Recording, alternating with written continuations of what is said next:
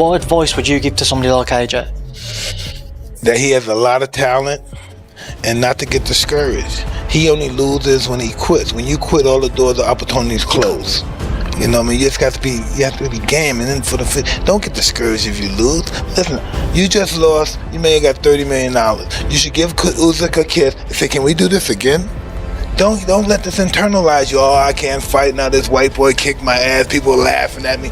No, he kicked my ass for $50 million or $30 million. I hope he kicks my ass again. But this time it might not work out that way. I'm gonna kick his ass. I just think the more time you lay off, the worse you get.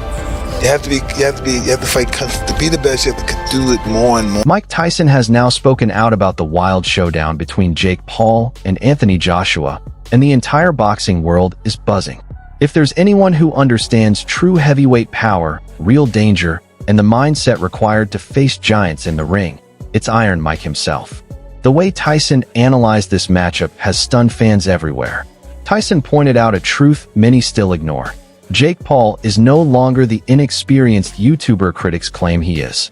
Tyson has trained with him, sparred with him, and observed his growth up close. He has openly said that Jake has real knockout power and an obsessive work ethic that pushes him beyond what people expect. Tyson added that Jake Paul has something rare, unshakable confidence combined with zero fear of embarrassment. And in combat sports, that mentality alone can make a fighter far more dangerous than most realize. So when there's an unbelievable opportunity for a fighter, we saw it with Taylor Serrano. They get it. Obviously here, there needed to be a commercial benefit of allowing AJ to do it. So that was part of a negotiation, but it was all very fair.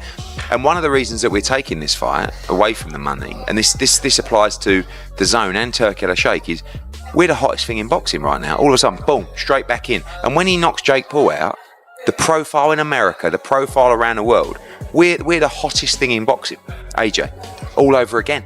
So that's what we're saying, that the Zone, Turkey at a Shake, you're going to get AJ back in 2026 as the #1 star in the sport.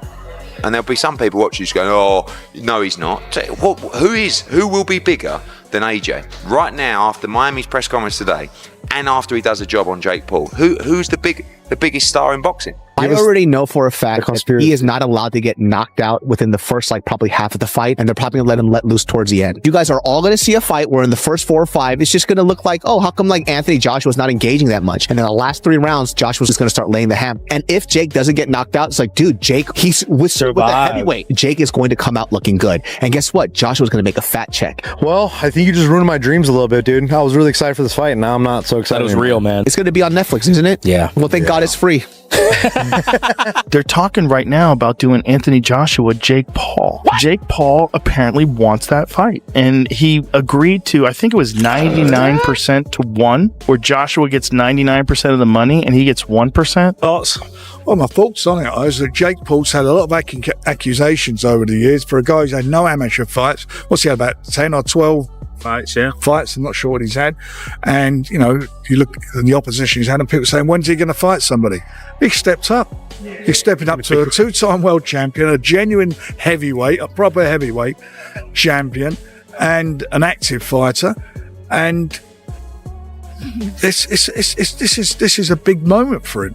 And you got to take your hat off to him for that. This fight, as regarding AJ, I'm sure AJ's wants a fight back after that, that unbelievable loss he had against Daniel Dubois. So that's quite an emphatic loss. He wants to come back, get himself, dip his toe in the water. He's going to get paid a lot of money for this. This fight's going to generate a lot of money because for me, it's a fighter. Jake Paul's going to be a massive underdog against a big favourite, a big odds-on favourite. Can he do it or not? This is a car crash, and people will watch it. That's what people do at car crashes. That's what this is.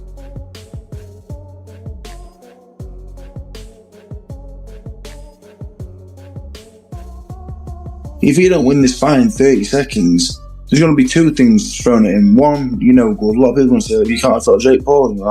You're terrible. You're never any good. So forget he was 2-time great champion of the world. Who's the fellow that struggled with Jake Paul? And God forbid he gets beat. Imagine if he got beat, or he gets dropped, or the rest of his career can't pretty much for nothing in most people's eyes. And the second thing is, if he does take him rounds, if he does hold him up, if he does he does play the game and get a few rounds in, and it's a bit of an exhibition style thing, he'll never be taken serious by most paying public ever again. So I just think it's a no-win situation for Anthony Joshua, apart from the 50 million quid, of course, which is not too bad. Yeah, I ain't gonna lie, bro. This is crazy. Who you got in this fight? I gotta go Jake. On God. Who the fuck is he fighting? Jay's good. I'm not betting on this fight. Why not? Joshua's good. That combination is dangerous, the kind that can trouble even the biggest opponents. But then Tyson turned his attention to Anthony Joshua, and the tone completely shifted. Mike said that if Jake Paul wants any chance of surviving against someone like Joshua, confidence alone won't save him.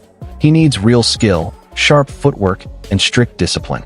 Joshua isn't Nate Robinson, Tyron Woodley, or Ben Askren. He's a two-time heavyweight world champion with the kind of knockout power that can end a fight and change a man's career with a single clean punch.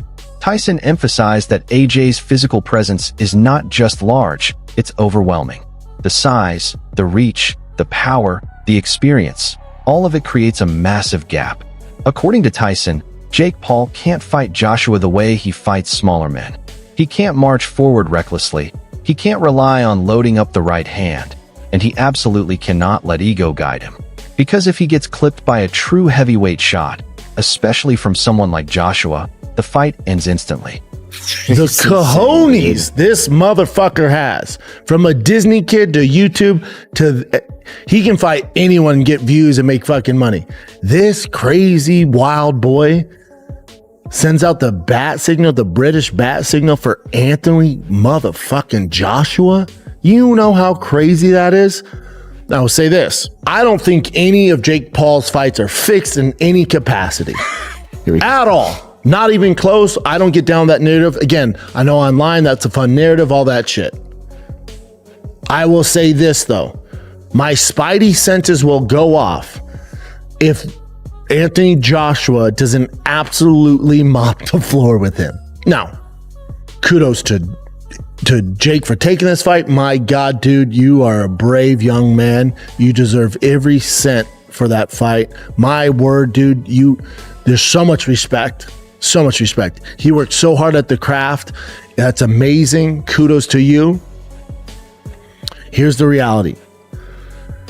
Anthony Joshua is a gold medalist in the Olympics. He's a multiple-time world champion. He's fought the best of the best. He's not really over the hill either. If Jake Paul was just another boxer with his resume and his experience, you know, he's about a mid-blue belt. If we're giving you belts like jiu-jitsu, he's probably a blue belt, fighting in main events and all this stuff. If this fight isn't an absolute domination by Anthony Joshua, my spidey senses will go off. Now, that's not to say that I'm not saying Jake Paul has any language in the contract.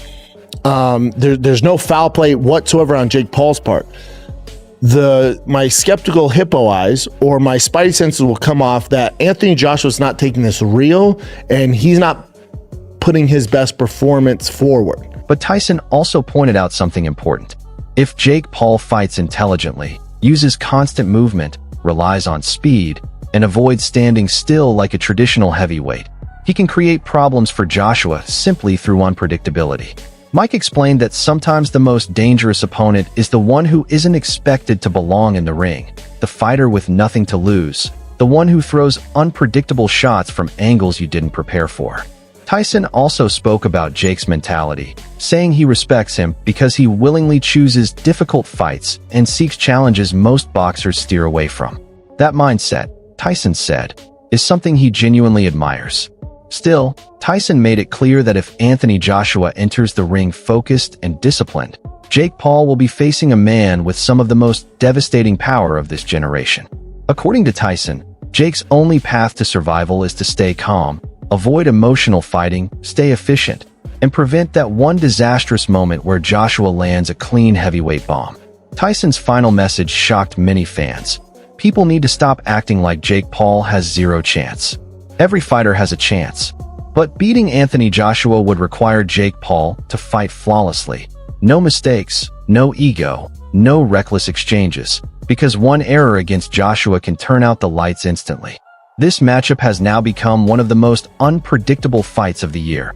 a seasoned heavyweight champion versus a wildcard disruptor who has shaken up the boxing world.